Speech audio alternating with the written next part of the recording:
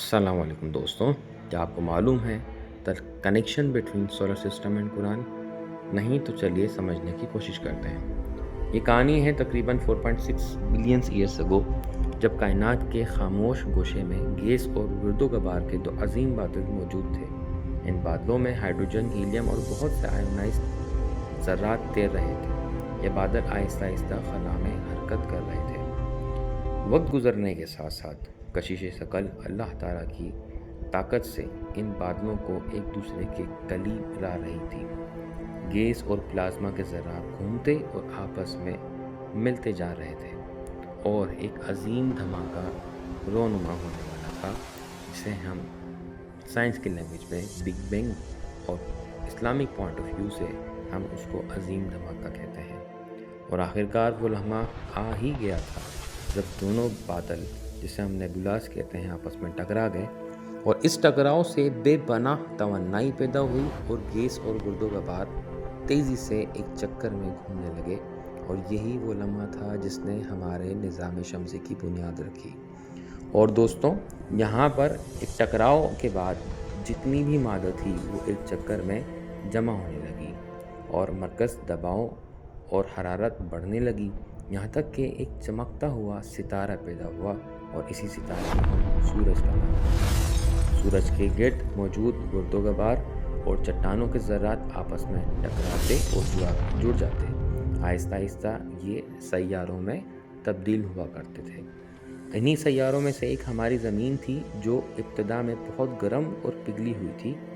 ایک بڑے تصادم کے بعد زمین کو گرد ملبہ جمع ہوا اور اس سے چاند بھی وجود میں آیا۔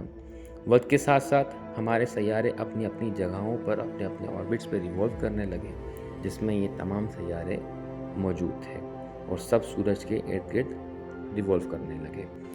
اس طرح سے ہمارا ایک بہترین سولر سسٹم وجود میں آیا اور اللہ تعالیٰ کا معجزہ پیش کرنے لگا فکر کرنے والوں کے لیے۔ اللہ تعالیٰ نے قرآن کی سورہ اعراف آیت 54 میں ارشاد فرمایا کہ بے شک تمہارا رب اللہ ہے، جس نے آسمان اور زمین 6 دن میں بنائے، پھر عرش پر استوا فرمایا، جیسا اس کی شان کے لائق ہے۔ رات دن کو ایک دوسرے سے ڈھانکتا ہے کہ جلد اس کے پیچھے لگاتا ہے، اور سورج اور چاند اور تاروں کو بنایا، سب اس کے حکم کے دبے ہوئے۔ سن لو، اسی کے ہاتھ ہیں، پیدا کرنا اور حکم دینا بڑی برکت والا ہے، اللہ رب سارے جہاں کا ہے۔ اور پھر سورہ انبیاء کی آیت 33 میں ارشاد فرماتا ہے، اور وہی ہے جس نے بنائے رات اور دن اور سورج اور چاند، اور ہر ایک ایک گھیرے میں تیر رہے ہیں۔